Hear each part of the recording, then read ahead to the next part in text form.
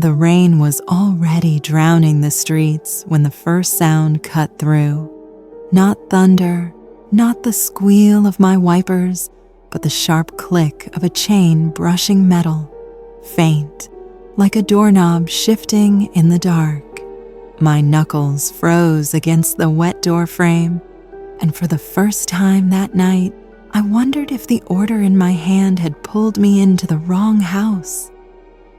The porch light stuttered, buzzing like a dying insect, throwing a pale circle that seemed to breathe with me. Behind the thin wood of the door, silence thickened. A shuffle, the drag of a soul across an old rug. Someone was waiting, not answering, just standing there. Inches away from me. Before we begin, make sure to subscribe to the Granny's Whisper channel where the darkest stories come alive every night. Tell me in the comments, do you listen in complete darkness or do you leave a small light on? I told myself this was just another delivery run, nothing more. The bag in my hand was still warm, grease soaking faintly through the paper, proof of a routine I'd done 100 times. But that night, nothing felt routine. The air itself felt swollen, heavy, like the house was holding its breath. My car still idled behind me, wipers screeching in their stubborn rhythm. I knew I should have just left the bag, snapped a photo, and gone.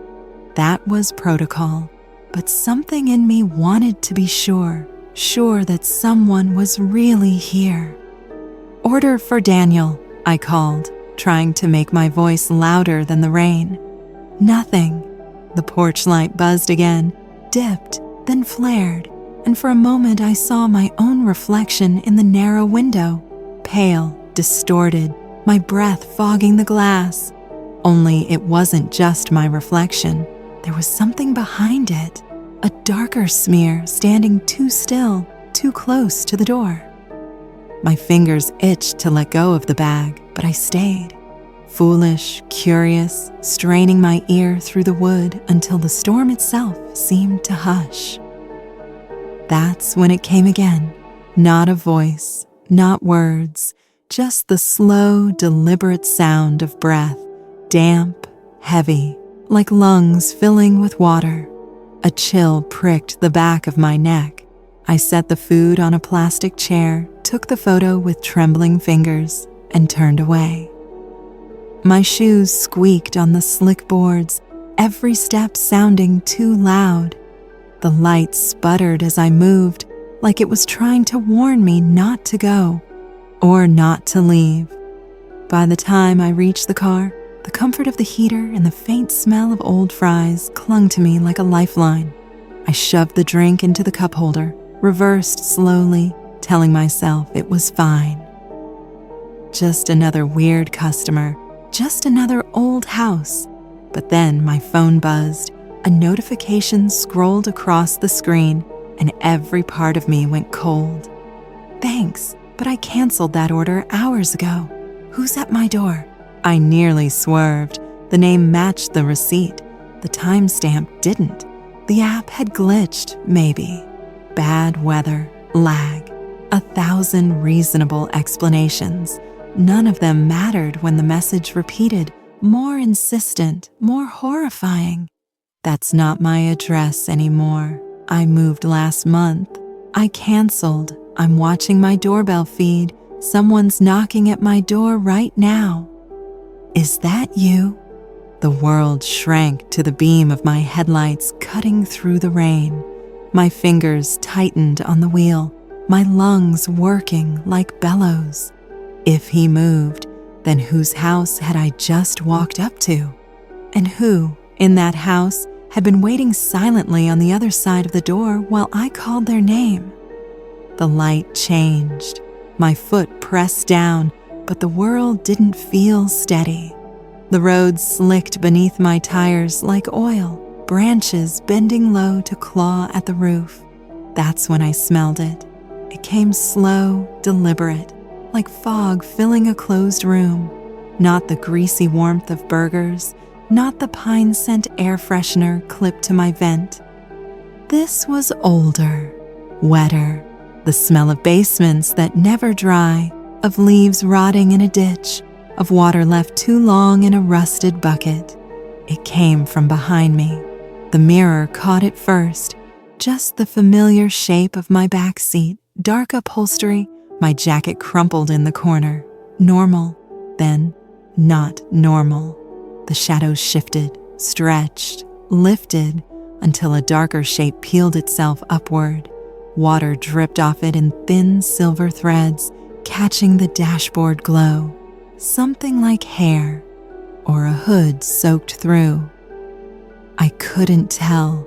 I only knew it leaned forward, and the air folded around me like a stranger had just leaned in close enough to breathe on my neck. I didn't scream, didn't slam the brakes. My body went still, the way it does when you step too close to the edge of a cliff. The wheel trembled under my grip. We drove together like that, me and the thing that had been waiting. Every drop of rain hammered the roof. Every hiss of the tires was a countdown. My pulse thundered louder than the storm. I could hear it shift, wet fabric creaking, the faint sound of water dripping onto the mats.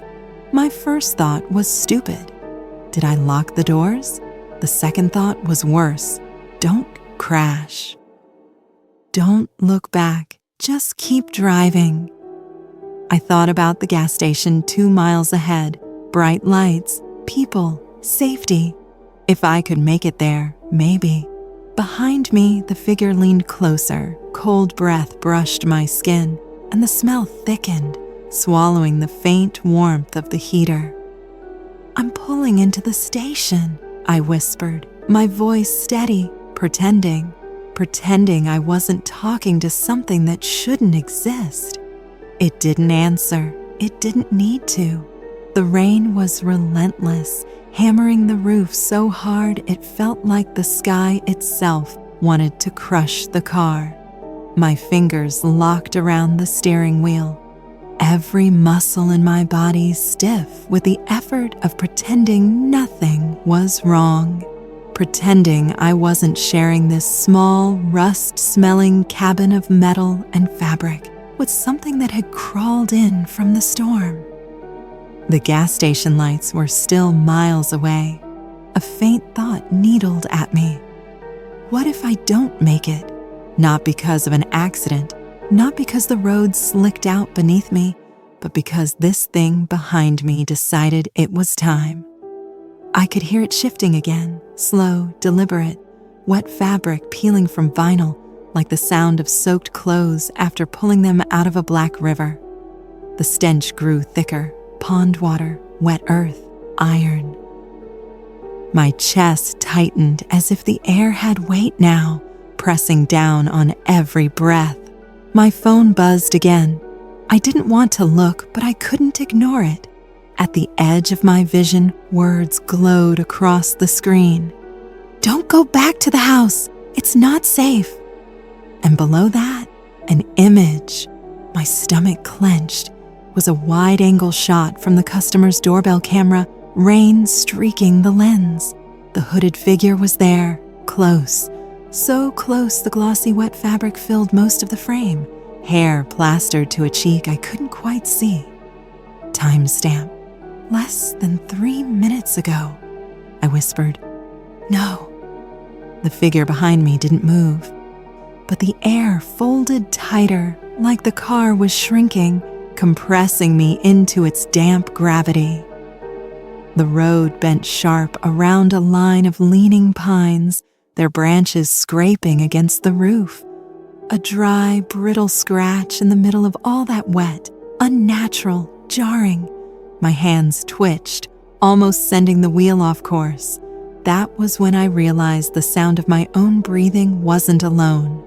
Theirs had joined mine. A second rhythm, quieter but deliberate. Inhale, exhale, dragging wet through lungs that didn't belong to anything alive. I didn't dare look back again. The rearview mirror glimmered, begging me to meet it.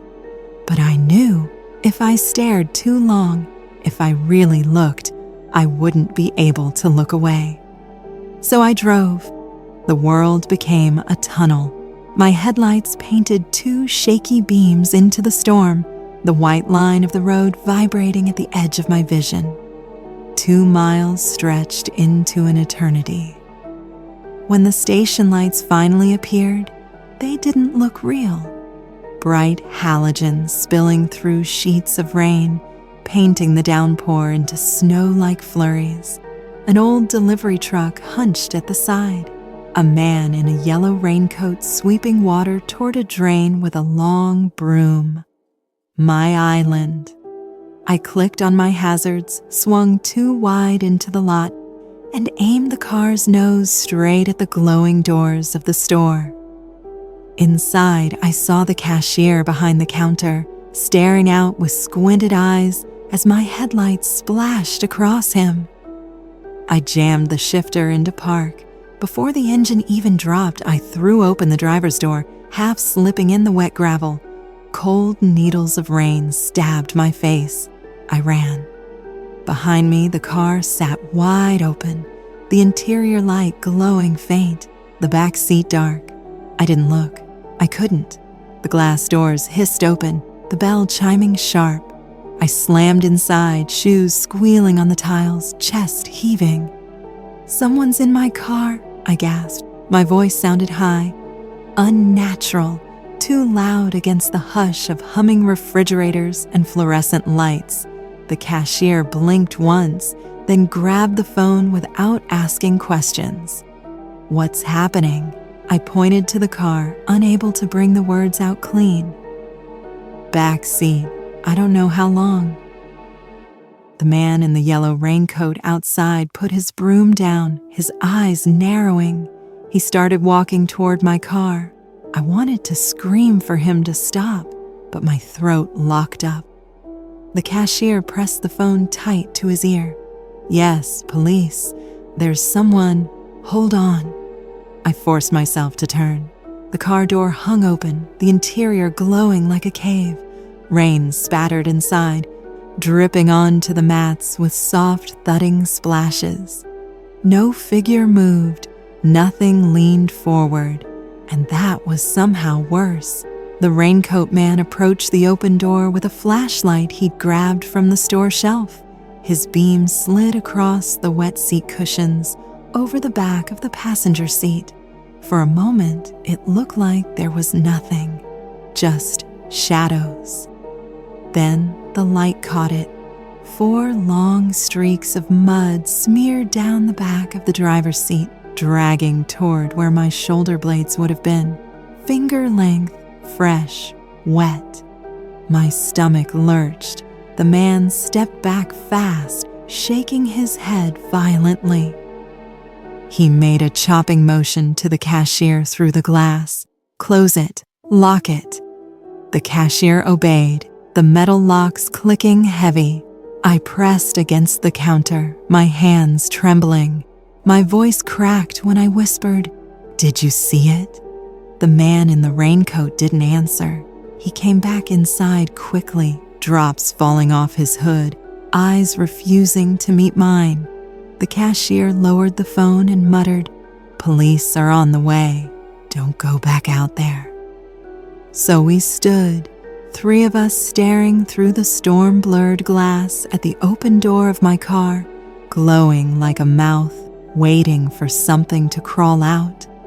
And the longer I watched, the more I realized the smell was here too, that same stagnant rot of wet leaves and rust, creeping under the door, curling into the store, subtle but undeniable.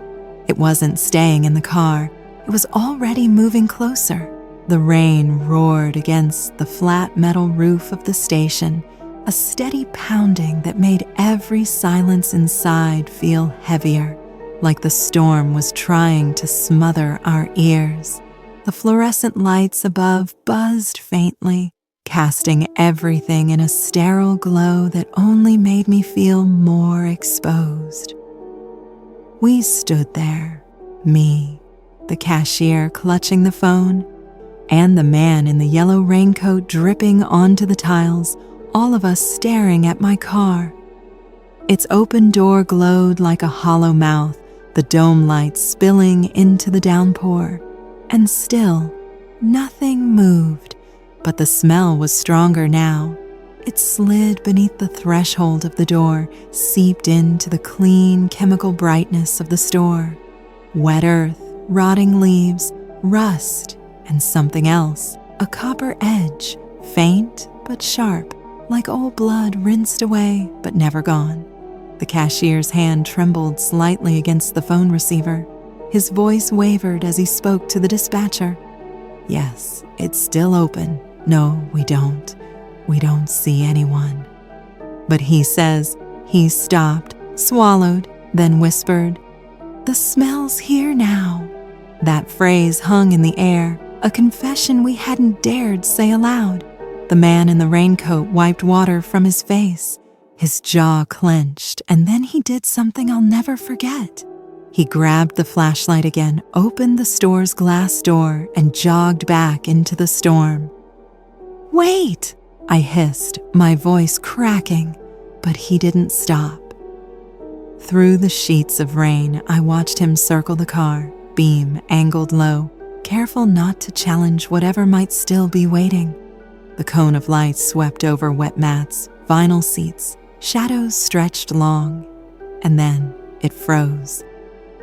The beam caught on something clinging to the floor by the driver's seat, a slimy clump of leaves, dark and stringy, the kind you only find in ditches or drainage pipes. He bent down slightly, the flashlight trembling. His beam traced the leaves upward, over the back of the driver's seat where those muddy finger streaks gleamed wet, up to the headrest. He stopped suddenly. His whole body stiffened. Even from inside, I could see the way his breath quickened, his chest rising and falling in fast bursts. Then he backed away, not turning, just stepping slowly through the rain until he was back at the store. He pushed through the glass doors and slammed them shut behind him, locking them tight. His face was pale, his voice low and sharp. "It's still in there." I felt my stomach drop like a stone. My knees went weak. You saw it." He didn't answer, not directly. He only shook his head once, hard, as if refusing to put words to what he'd glimpsed. The cashier whispered, "Police are close. Just wait. Don't go outside." So we waited. The rain didn't let up. The open car door never moved, but it became harder and harder to convince myself that it was empty. The longer I stared, the more I swore I saw a shadow shift, folding and unfolding. Like something too dark to belong to, the storm was breathing inside. My phone buzzed in my pocket again. Against every instinct, I pulled it out. Another message from the customer. Not me on the ring, someone else. "Don't go back." Then, a minute later, a still image. It showed a different porch, brick walls, a neat welcome mat with a family name I didn't recognize. The camera was tilted by the rain, but right there, filling the frame, was the hooded figure. The same wet hood, face hidden by shadow, hair slicked against the cheek. Only this time the figure wasn't just close, it was leaning toward the lens, too close, as if it wanted to look straight into whoever was watching. The timestamp made my throat tighten. It was captured while I was standing inside this very store watching my car. I whispered out loud without meaning to, "That's not me." The cashier turned, his brow furrowed. "What did you say?" I shoved the phone back into my pocket, shaking my head. Nothing. Because I couldn't explain it. Not yet. Not when the thing in the picture might still be sitting 10 feet away in the dark cavity of my car. Red and blue lights finally broke through the storm. Sirens moaned low, dulled by rain until they sounded almost mournful. The glow painted the sheets of water in shifting colors, a curtain of light and shadow that only deepened the surreal fog I was trapped in. 3 officers entered, rain streaming off their jackets, radios crackling faintly. They moved like men who had done this before, faces steady, eyes sharp. "Stay inside," one of them said without looking at me. They approached my car in formation, one to the far side, one crouched low, one at the rear. Flashlights cut through the storm, beams slicing over the seats, the floor, the roof. I held my breath. Seconds dragged into lifetimes. Finally, the officer closest to my side reached in. He turned off the engine. The car went silent, and the storm outside seemed louder than ever.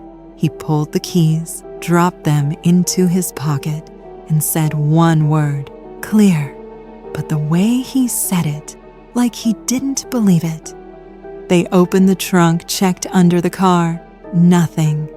The cashier let out a shaky laugh, half relief, half hysteria. But then one of the officers angled his flashlight on the driver's seat. He leaned closer, frowning. "Looks fresh." We all saw it. The streaks of mud, 4 long smears like fingers dragged downward. At the floor, clinging to the mat, were more of those stringy, blackened leaves. The kind you only find in places that stay wet, dark, and forgotten. The officer flicked one with the end of his flashlight. It clung, sticky, refusing to fall away. The smell swelled again, stronger, heavier, until it felt like it was coiling inside my chest. One officer stepped back toward the store, his face unreadable. He looked at me a second longer than the others. Then, voice calm but edged with something harder, he said, "Lock your doors, every time, even in the rain." It wasn't advice, it was warning. And just as he spoke, I swore I heard it, beneath the storm, beneath the hum of the lights, beneath everything, a drip. From the open car, a single drop hitting the mat, as if something was still there, still waiting. The storm that night did not just fill the sky, it seeped into the walls, into the bones of the building, into the fragile places where safety thins. I remember the exact sound, a frantic knocking, muffled by the rain but too insistent to mistake for anything else. It rattled my front door in a rhythm that didn't feel accidental, not just a visitor, a demand. I dried my hands on the nearest towel, heart already lifting in uneasy beats. My daughter, Hina, was asleep in the next room, and every nerve in me wanted to keep it that way. I crept to the door and pressed an eye to the peephole. There she was, Mrs. Hargrove, my elderly neighbor from across the hall, her gray hair plastered to her forehead, her coat dripping onto the carpet. She looked small, fragile, shivering in the storm's grip. "Please," she mouthed, voice thin through the wood, "please let me in." I knew her. I'd shared laundry room chatter with her, watched her shuffle to her mailbox with trembling hands. She was in her 70s, her husband gone for years. There was no reason to doubt her. And yet, there was something off in the way she knocked. Too hard, too frantic, too much strength behind those withered knuckles. Still, I unlatched the chain. Conscience always wins against hesitation when the storm is this fierce. "Oh, thank you, Ev," she gasped as she slipped inside, brushing past me faster than I expected. She always called me Ev, though my name is Eva. I never corrected her. She left puddles on the rug, drops sliding from her sleeves. "The lights, they went out. My phone is dead. I couldn't stay there." "Sit, please," I said quickly, ushering her toward the couch. "I'll get you a towel." I hurried to the bathroom, returned with soft cotton. That's when I noticed it. The detail that hooked in my chest and wouldn't let go. Her hands, steady, not a trace of the familiar tremor that Parkinson's had etched into every cup of coffee, every folded shirt, every tiny movement I'd ever seen her make. Tonight they moved smooth, precise, too precise. I forced myself to ignore it. Storms frighten people, I told myself. Adrenaline steadies even the weakest bones. She smiled up at me, teeth flashing too wide, and patted the couch. Chamomile, if you have it, dear. I went to the kitchen. The kettle hummed alive, filling the air with steam. From where I stood, I could watch her reflection in the black window above the sink. She wasn't slouching the way she usually did. Her back was straight, shoulders sharp, and her coat, that old wool thing she always wore in winter. Tonight it seemed looser, bigger, as though it didn't quite belong to her. "How'd you get so wet?" I asked without turning, my voice thin against the storm outside. Her answer floated back too smoothly. The hallway window was open. Rain blew in, but our hallway windows were sealed shut. No one could open them. I stirred the tea, hands trembling. Something inside me whispered, "That isn't her." Still, I returned with the cup. She sipped it, slow and delicate, her fingers curling with unnatural steadiness around the handle. Her eyes flicked to the clock on the wall, then back to me. "Do you mind if I stay a while, just until the storm eases?" "Of course," I said. My voice betrayed nothing, but my pulse hammered at my throat. "Hina's asleep. Please, keep it quiet." Her smile widened, that unnatural curve of lips that looked painted on. "Of course, dear. Children need their rest." The storm pressed against the windows, thunder crawling in low growls. The lights flickered once, twice. Her gaze never left me. When she excused herself to the bathroom, I took the chance to grab my phone. A message blinked on the screen. "Building manager." I answered with relief, whispering so low I could barely hear myself. "Eva!" His voice was urgent, breaking through the static of the storm. "We've had an emergency. It's about Mrs. Hargrove." I froze, staring at the bathroom door. She was found unconscious in her unit 2 hours ago. Paramedics took her to the hospital. Head trauma. Wait. His voice shifted, muffled voices behind him. "We've checked the cameras. Someone in her coat has been knocking on doors. Tall, thin. Police are on the way. Lock your..." The bathroom door creaked open. The woman stepped out, drying her hands with one of my towels, her smile fixed, but her eyes sharp, narrowing at the sound of the voice on the line. I ended the call, stuffing the phone against my thigh, pretending nothing had been said. "Everything all right?" she asked, her voice still sugar but laced with something harder now. I backed slowly toward Heina's room. "Who are you?" Her face dropped its mask then. The smile straightened, her posture stiffened, and for the first time her voice carried no pretense. "Smart girl," she said softly, "but too late." She took one step toward me, her hand shot out, fast, iron strong, fingers clamping around my arm. And just like that, the storm outside didn't matter. The pounding rain, the rattling thunder, they were nothing compared to the silence that swallowed my scream before it ever left my throat. She leaned close, breath damp against my cheek. "Shh, we don't want to wake the little one." And behind her, from the half-open bathroom door, water still dripped from the faucet, steady, unnatural, as though it too wanted to whisper, "Too late." Her grip was wrong, not just strong for an old woman, impossibly strong, The pressure on my arm was like being caught in the jaws of something mechanical, relentless, unyielding. My skin burned beneath her fingers. I twisted, fought to pull away, but she only smiled, teeth flashing, eyes cold. Up close, I saw the truth. The wig slightly off, hairline askew, strands clinging wetly to skin too smooth for 70. And beneath the coat, a collar embroidered faintly with initials, H.H. Mrs. Hargrove's coat, stolen from her apartment, draped on a stranger like borrowed skin. I bit down hard on her hand. The metallic taste of blood filled my mouth.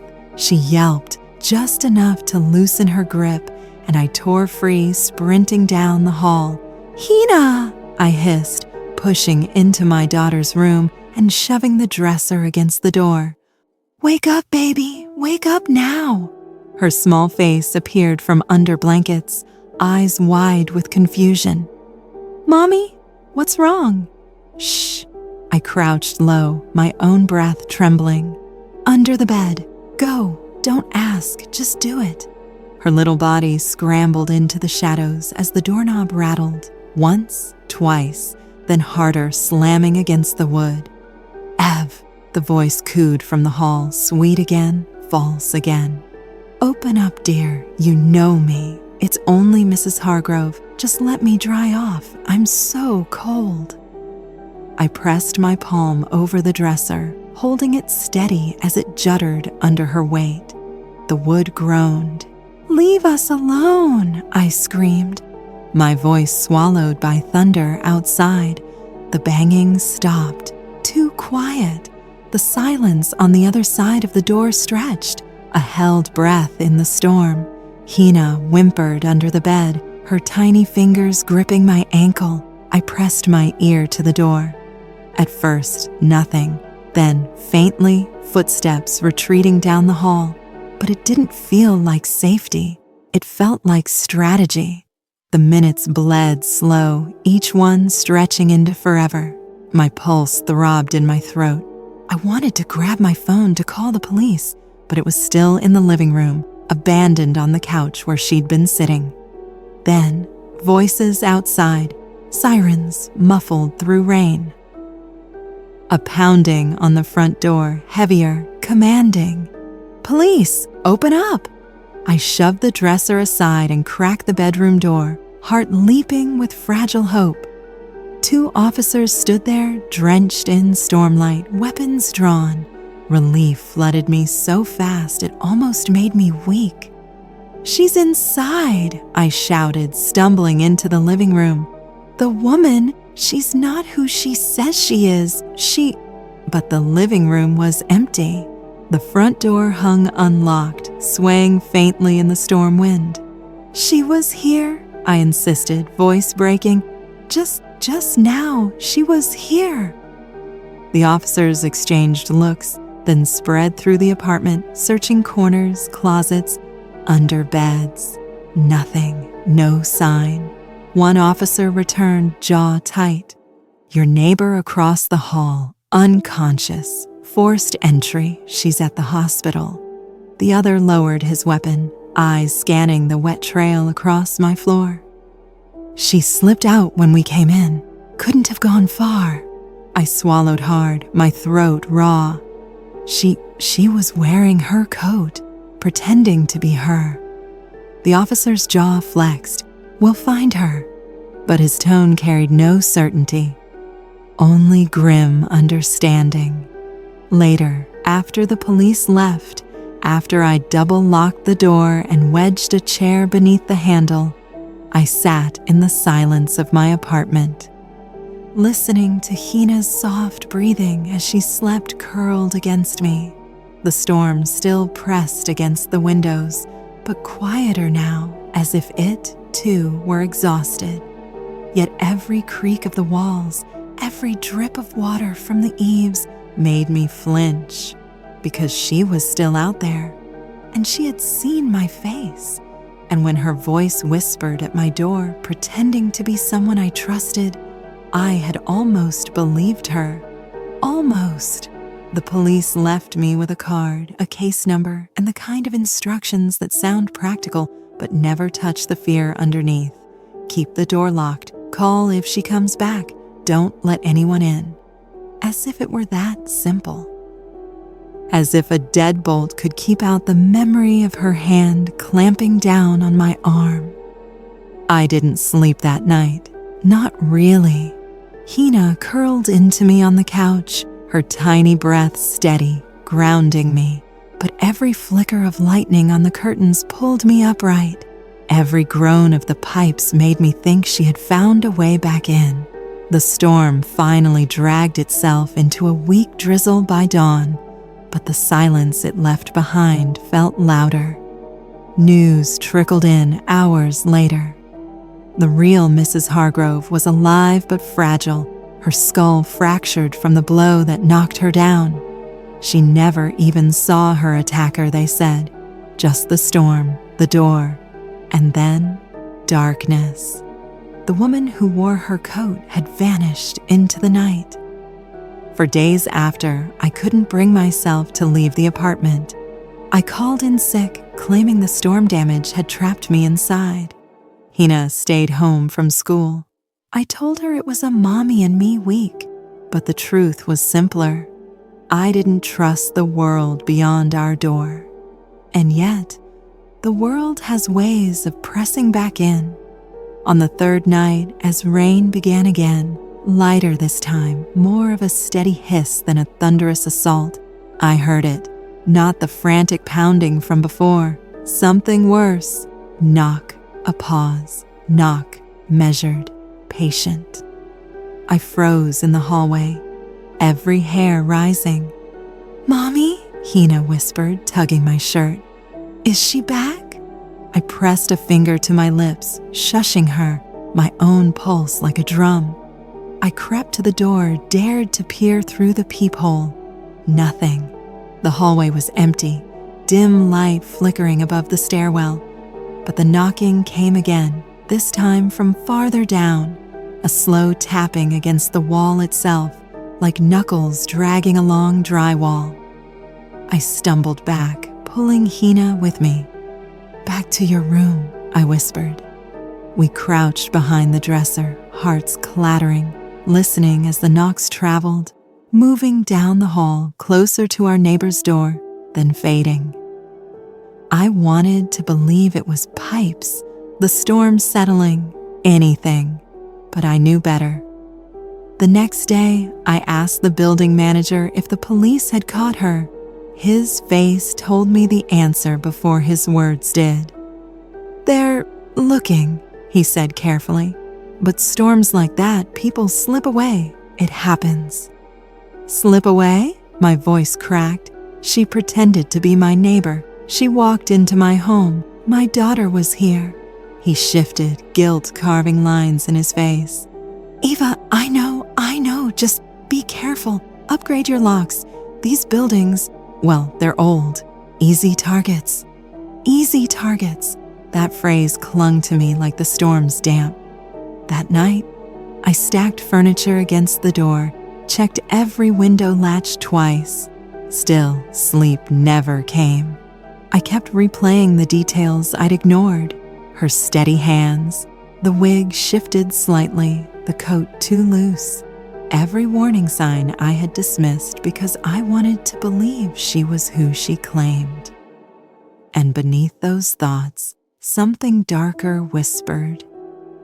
What if it wasn't just a woman? What if it wasn't only flesh wearing borrowed skin? Because the strength in her grip hadn't been human. The way her eyes stayed cold even when her mouth smiled wasn't human. The way she knew the right names, the right tone, as though she'd studied us, listened through walls. I pushed it away, told myself it was exhaustion, fear painting monsters onto memory.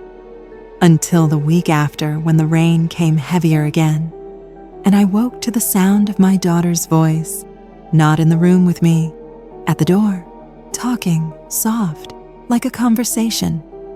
I bolted upright, panic searing through me. She wasn't in her bed. I followed the whispers down the hall barefoot, every nerve screaming. She stood by the front door, small fingers pressed against the wood, her voice hushed and sweet. "Yes, Mommy's here. She's sleeping. No, I can't open it. She said no." My heart stopped. I snatched her up, pulling her back, whispering fiercely, "Who were you talking to?" Her eyes were wide, innocent, confused. "Mrs. Hargrove. She said she wanted to come in out of the rain. She sounded nice." I clutched her so tightly she whimpered. Through the peephole, I saw nothing but shadows. But the smell was there, that faint, wet scent of old wool and rain-soaked leaves. It lingered even after the knocking stopped, and in the silence that followed, I understood something the police never said. She wasn't done. She would come back.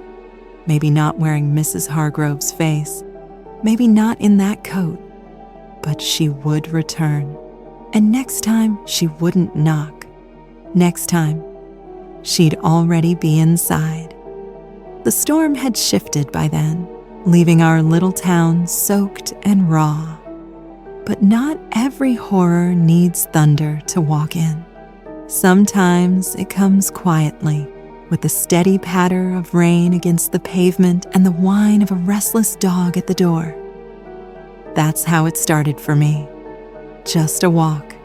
Just Max, my golden retriever, pacing in circles with that desperate energy that told me he wouldn't settle until we went out. It was late, close to midnight, and my daughter Emily was already asleep upstairs, her small lamp glowing faint behind her door. I thought 10 minutes, one loop around the block, then back to warmth. The rain was steady, soaking through my jacket in minutes. The streetlights were muted halos, everything else swallowed in wet shadows. Max pulled hard toward the park, the little one by the creek. Normally, I wouldn't let him, too muddy, too dark, but that night, I didn't fight him. It was empty. The swings glistened with rain. The slide dripped steady rivulets into puddles, the kind of silence that feels thicker than noise. Then I saw it. One of the swings moved, not a gentle sway from the wind. It arced back and forth, higher each time, as if someone small pumped their legs, determined to fly. And there was someone, a figure, small, hood up, back to me, sitting perfectly still as the swing carried them forward and back. Max froze, tail tucked, a low whine vibrating in his throat. My first thought was protective. What kind of parent leaves a child out here this late, in this storm? "Hey, kid," I called, stepping closer, squelching through mud. "You shouldn't be out here. Where's your family?" No response. The swing moved faster, the chains squealing faint against the rain. I took another step, and that's when I noticed. All 4 swings were moving, perfect unison, forward, back, but only one was occupied. The others swung empty. There was no wind. The rain fell straight down. The trees were still. A chill cracked through me. Physics doesn't work that way. "Kid," I called again, louder now, though my throat was tight. "Come on, let's get you home." Still nothing. The hooded head didn't turn, didn't even shift. I pulled my phone, flashlight beam cutting through the wet dark. That's when Max barked sharply, jerking me off balance. The light caught the figure. It wasn't a child, it was a doll. Life-sized, too real, dressed in jeans and a raincoat, hair plastered to its porcelain skin. Its painted eyes stared forward, wide, unblinking, the faintest smile fixed under the shadows of its hood. My stomach lurched. Max growled, low, deep, pulling at the leash like he wanted to run. And then I heard it. Laughter. Not from the swings, not from the doll, from the trees beyond the park. High, thin, childish giggles. One voice at first, then two, then more, overlapping, twisting, until it sounded like a playground full of invisible children. The sound echoed wrong, too close and too far at once, like it was inside my ears rather than in the night air. I spun the flashlight toward the trees, but the beam fractured against the storm, cutting only darkness. Nothing moved. No kids. No pranksters. Nothing. Still, the laughter swelled. Max barked again, frantic, leash burning my hand as he tried to drag me back toward the street. I stumbled, heart pounding, and that's when the swings shifted. Not slower, faster, all four now pumping higher than before, their chains groaning. The doll's painted eyes gleamed under the beam, wide and wet, smile too steady, and the giggles warped, stretching into whispers. Play with me. I didn't think. I ran, dragging Max behind me, shoes slapping through puddles, the sound of those chains squealing, echoing at my back until the rain swallowed everything. By the time I reached my house, I was shaking so hard I dropped the keys twice before unlocking the door. Emily slept on, blissfully unaware. Max curled under my legs, trembling. But I couldn't shake it. The face of that doll, the perfect synchronization of those swings, the laughter in the trees, and worst of all, the whisper that still lingered in my head, though I knew I hadn't imagined it. Play with me. I told myself I wouldn't go back. That night, I swore it. I locked every door, checked on Emily twice, sat with Max curled against my leg until dawn. But fear has a strange way of curdling into curiosity when the daylight comes. The park looked harmless the next morning. Moms pushing strollers, kids darting between puddles. The swings hung motionless, dripping under the sun. No doll, no laughter, just an ordinary playground. But ordinary things can rot underneath. At lunch, I told Tom, the town's unofficial historian gossip spreader, and my closest friend at the auto shop. He listened, sandwich forgotten in his hands. Jesus, he muttered. You saw the swings move? All of them? Yes, I said, perfectly together, and the doll, like a kid, but wrong. His face paled. You don't know about the creek, do you? I frowned. What about it? He leaned closer, voice dropping. 2012, big storm. Flash flood took a kid, Timmy Hargrove, 8 years old, was playing right there in that park when the water rose too fast. They found him downstream the next morning, still holding his toy. After that, people started seeing things. Kids on the swings during storms. Laughter where there shouldn't be any. Locals call it ghostly play. Some say it's Timmy still out there trying to finish his game. The words sank into me like cold water. But Tom wasn't done. Others say it's not him, just something wearing his memory, something that wants you to believe. That night, I couldn't stop myself. Curiosity outweighed common sense. The rain had returned, light but steady, and I leashed Max for another walk. The park was empty again. Dusk cloaked everything in that half-light where details blur. My stomach tightened as we neared the swings. They hung still. Relief almost loosened me. Then the chains creaked. One swing shifted, then another. Within seconds, all four moved again, perfectly in sync, and the whispers came. Not giggles this time. Words. Come play. Stay. Don't leave. Max barked furiously, lunging backward, leash taut in my grip. My phone trembled in my hand as I recorded. Through the lens, the swings moved clearly, back and forth, while my flashlight beam revealed nothing pushing them. The whispers hissed faint on the recording, like static more than voices, but I could hear them with my own ears, bright, cruel, childish. I turned and ran again. Back home, safe, lights blazing, I replayed the video. The swings moved, yes, but there was something else.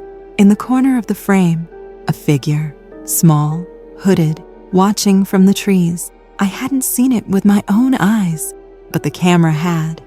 I slammed the phone down, breath ragged, hands clammy, because for the first time I realized it wasn't just laughter carried on the storm. It was something alive in it. And it was watching me. 2 nights later, the rain returned harder, pounding against the roof with a force that felt personal. Emily was asleep upstairs, Max pacing restlessly by the front door, whining like he already knew what was coming. I told myself I wouldn't leave. I wouldn't risk the park again. But around midnight, Max's scratching grew frantic, his claws clicking on the hardwood, his body trembling like he was caught between fear and obedience to some invisible call. I should have ignored it. Instead, I clipped on his leash. The storm had turned the street into mirrors, each puddle reflecting warped halos of streetlights. By the time we reached the park, my jacket clung to my skin, every step squelching in mud. And there they were, the swings, not starting slow this time, already wild, thrashing back and forth as if invisible children pumped their legs in perfect rhythm. Chains groaned under the weight of it, water spraying off in arcs. And in the middle swing, the doll again. Hood up, porcelain face gleaming wet, smile fixed, its tiny hands curled stiffly around the chains. I stopped dead. My flashlight beam shook across the playground, and Max snarled low and furious, fur bristling. Then the laughter began, not faint, not distant, all around. From the trees, from the creek, from the empty slides and benches, dozens of voices overlapping, children giggling, taunting. They circled us, invisible, until it felt like the whole night had become a playground with no children I could see. And then a new sound threaded through the laughter, whispers, soft, sticky, dragging across my skin like fingers on the back of my neck. Play with me. Stay. You're mine now. The doll's head shifted just slightly, enough for me to see its eyes catch my light. Wide, painted blue, unblinking. Only they weren't painted anymore. They were wet, shining, alive. Max yanked the leash so hard I stumbled, nearly falling. My phone slipped from my hand, screen cracking against the wet ground, still recording. The laughter sharpened into shrieks, joy twisted into something cruel. The swings thrashed higher, metal groaning, the doll rising with them like it might fly. And the whispers surged, louder now, many voices layering into one. Don't leave! I ran, dragged Max with me, shoes tearing through mud, breath ripping my chest. Behind us, the laughter followed, echoing wrong, too close to belong to the park. By the time I slammed my front door shut, locking it 3 times over, the whispers were still inside my head. I sank to the floor, Max pressing against me, both of us shaking. Upstairs, Emily stirred, calling down sleepily, "Daddy, who are you talking to?" I didn't answer, couldn't, because the truth was worse than anything I could tell her. I hadn't been talking, I'd been listening, and I knew, deep down, with a clarity that broke something inside me, that whatever I'd heard out there had followed me home.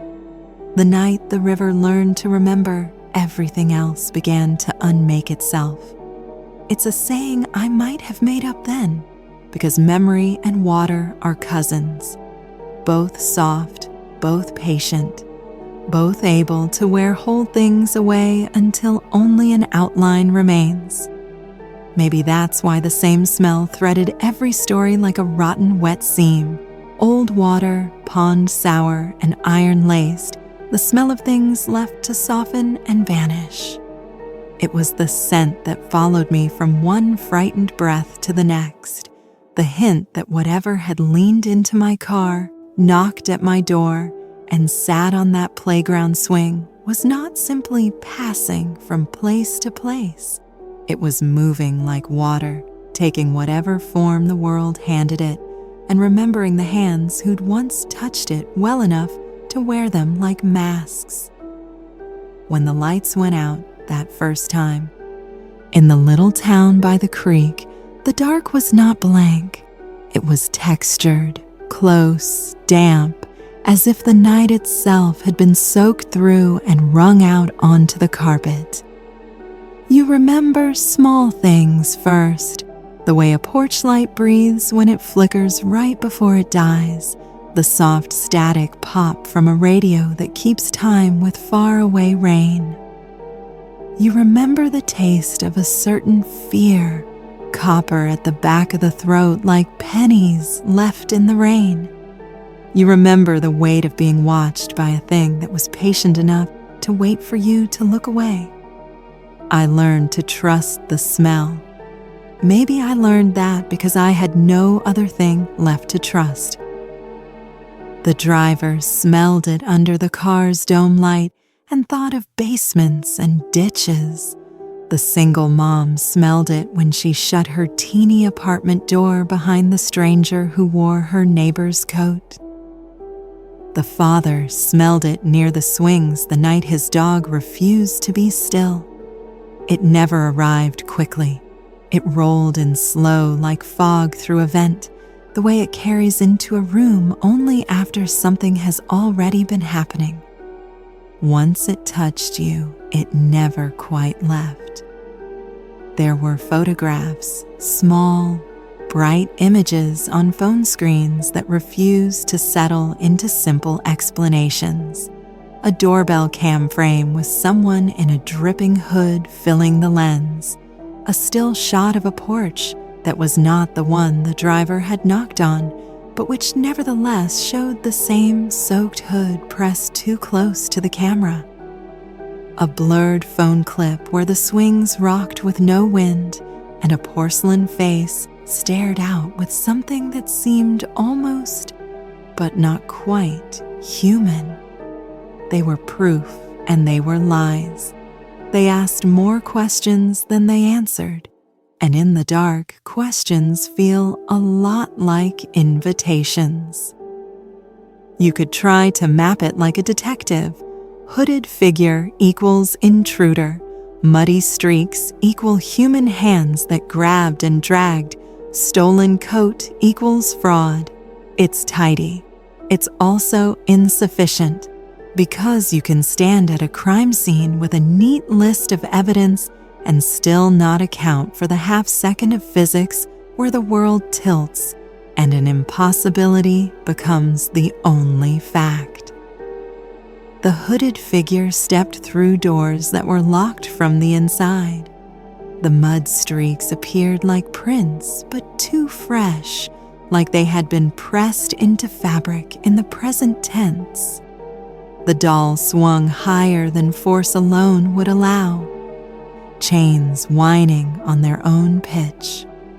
Whatever it was, it borrowed logic like a cloak and wore it only long enough for you to misplace your disbelief. The driver, after the police called it clear and drove away, felt the car change. He slept with the lights on for a week, he said later, because the air inside his Corolla kept folding differently when he leaned forward, a crease in the room where something could sit. He'd been practical before that night. Gas, weather app, extra shift for rent. Afterwards, he learned small rituals, checked the back seat, locked the doors, even when the wipers rattle you into hurry. Rituals calm you because they give you something to do while you wait for an answer the world will not hand you. Eva learned that asking for help can be dangerous. She learned it in the small, precise way a person learns not to call out in the theater after the lights go down. She let a neighbor in once because conscience is stronger than terror in the moment. The woman who crossed her threshold owed her nothing and took everything anyway, not just a place out of the rain, but the right to be someone else for a while. The copy was so convincing that Eva's own phone, her building manager, called to say the real neighbor was at the hospital. That's the thing about facsimiles. They get the broad strokes right before the edges begin to peel. A learned accent, an old coat, a familiar name. Then the wig slides, the voice hardens, and the hand that bites you feels like a mechanical clamp. Tommy, the father at the park, felt it in his bones. The way laughter distorted in the trees, the way swings synchronized without reason. He told me about that first night like it was a scene from a bad dream he'd been dared to replay. You tell yourself stories that make a pattern visible because the mere patterning is comforting. The story that made sense around him was the old one about Timmy Hargrove, about a boy lost to a flash flood who'd once loved those swings. Towns like to make ghosts out of grief. The story made grief actionable. Go to the park and you feel something like reverence for the name. But reverence is not the same as rescue. Sometimes the thing that shares a name with pain is greedier than the memory it so politely imitates. What all three of them missed at first was that the entity did not need eyes to see. It watched by listening to names, to routines, to the cadence of a door being knocked, and it learned how to mimic. Objects were its vocabulary. A neighbor's coat became a script. A mud smear became a signature. A photo from a doorbell camera became an approximation of intimacy. It never had to invent a face when there were so many good ones already stitched into people's lives. It moved from place to place like a current, and each place carried the echo of what had happened there before. The river taught it new gestures. The porch lights taught it timing. A kid drowned and left his toy. The toy was an allowance. A woman's coat was a costume. The hood was easier, anonymous, wet. The perfect cover for a thing that didn't want to be seen in the way people think of seeing. There is a small cruelty to the way this sort of thing works. It is not loud. It is patient. It waits until you are tired and the gate of your skepticism is half open. It learns the names you answer to. It studies the creases at the corner of your mouth when you smile because somebody told you to. And then it taps very gently, like a polite guest asking for the time of day. They tried to fight it. The driver drove to a station and summoned officers. But the camera that captured the hooded face captured too much and too little. A frame that showed the thing leaning toward a lens and not the hand that had reached into the back seat. Eva called the manager and the police.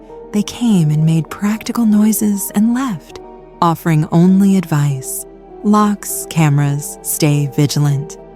The father filmed with a phone, but the grain blurred the edges enough that the thing existed in the negative space between pixels.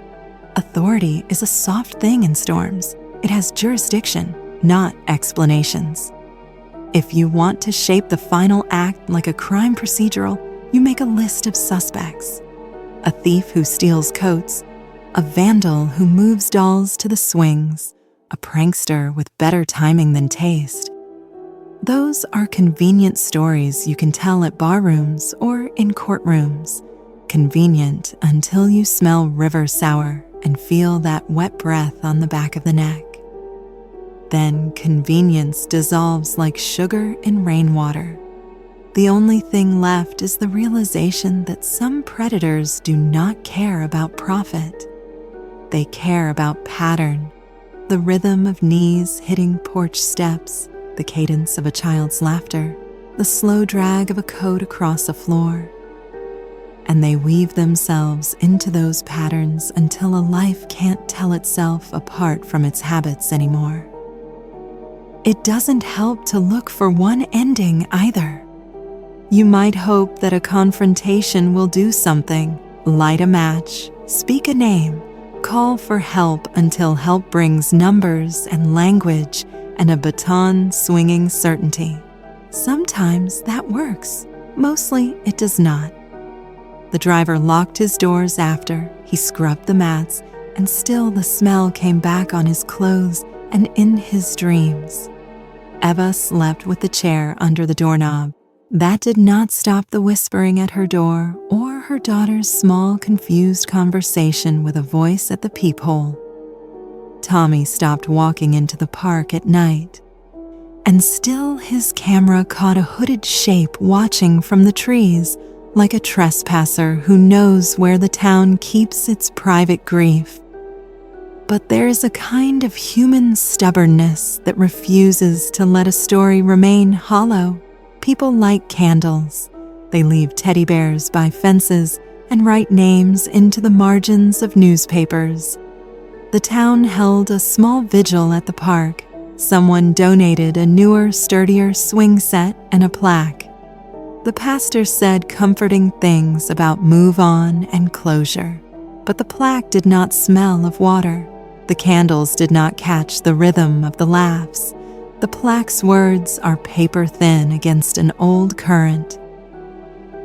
You say you remember someone, you put up things to hold the memory, but water remembers differently.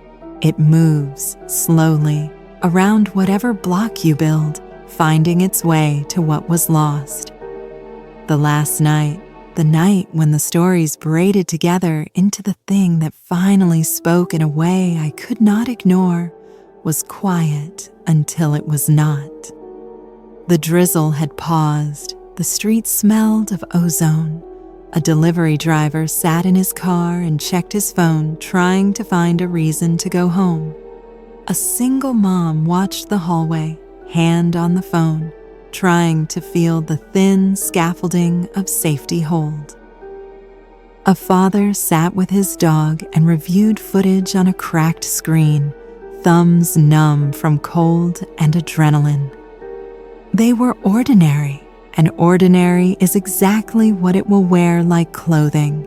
The hooded figure came, wearing the small things like the delivery driver's nervous habit of checking the back seat, the neighbor's soft request for kindness, the father's flash of curiosity that made him go back to the swings. It arrived where the scent pooled deepest, under porches, along low places, in the sewn seams of the town's memory, and it unfolded like a slow hand smoothing itself over skin. It did not need to knock because it knew you would open the door when you saw the face you recognized. It did not need to reach because you would forget to look at the hands. And if you did look, you would always see wet, not wounds. You would smell pond smell instead of rot. You would mistake the old currents for the way things are supposed to be. When the three of them finally walked into the same small civic room to tell what they'd seen, the delivery driver with his paper bag still damp, Eva with Hina clutching a blanket, the father with his cracked screen video, there was a strange, immediate recognition. They looked at one another and could see the same tired circles under the eyes, the same unsteady laugh when a stranger offers something they think they have already paid for: comfort. They traded the small facts like a currency: timing, smell, the way a door light breathes. the photographs. Each detail fit into the others like a jigsaw that would not complete, leaving a hole the size of a swollen creek.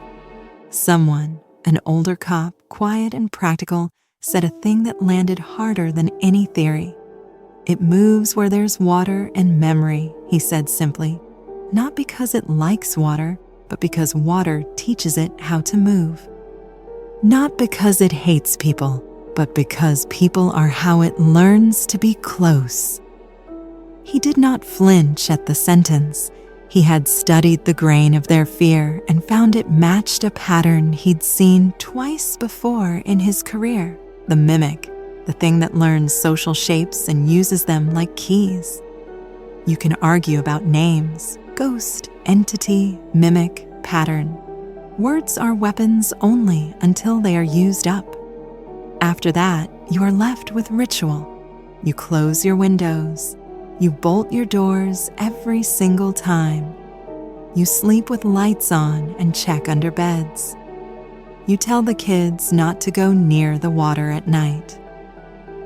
You put up cameras, and then you watch footage that only makes you imagine more detail than your eyes could have caught in person. Rituals are small victories. They are also admissions that you cannot stop everything. And so the town learned to live with the fold in reality. People changed habits. The driver took day shifts. Eva moved eventually, though not far. Walls remember what they learned, and you carry your memory like an extra coat. Tommy put a motion sensor at the park, and for a while it triggered only wind. But sometimes, on wet nights, it would spike, reading something heavy enough to fool its little electronics into thinking a human had passed. It recorded nothing human. It recorded only the static of a laugh. If you're listening to this as the rain begins again in your own town, if you hear the wipers beat time against your windshield like a knapsack of tiny knuckles, there's something small and practical I'll leave you. Check the back seat. Always check the peephole twice. Teach your child the sound of your voice and the sound of the locks. Leave a light on if you like. Those are not cures. They are practices that make you less surprised. And surprise is the thing that lets the current curl itself around your wrist. But the deeper thing to understand, the one that settles in your gut like a stone, is this. Some things are made from what we leave behind. They do not begin as monsters. They become monsters because memory gives them a shape and water makes them patient. They do not want to shout. They want to be let in, to be mistaken for a neighbor, for a child's favorite doll, for a business as usual knock. They want to sit in the back of your car and breathe the air you breathe until the difference is too small to notice. And they will try again. Because the world is generous with openings if you know how to listen. So when you hear the soft, polite click of a chain or the thud of a porch step in the rain, remember the smell that followed us like a tide. Remember the hollow places in the photographs, the way the hood looked too wet to be polite, the way a smile sometimes carries the wrong weight. Remember the small human rituals that keep you from being surprised. And if you feel air fold differently behind you, if the world seems to take on the smell of old water for no reason at all, do not turn your head to look too long. Because some things are better seen from the corner of the eye, and some things, if you meet them face to face, will smile in a way that is too wide to belong to anything you love.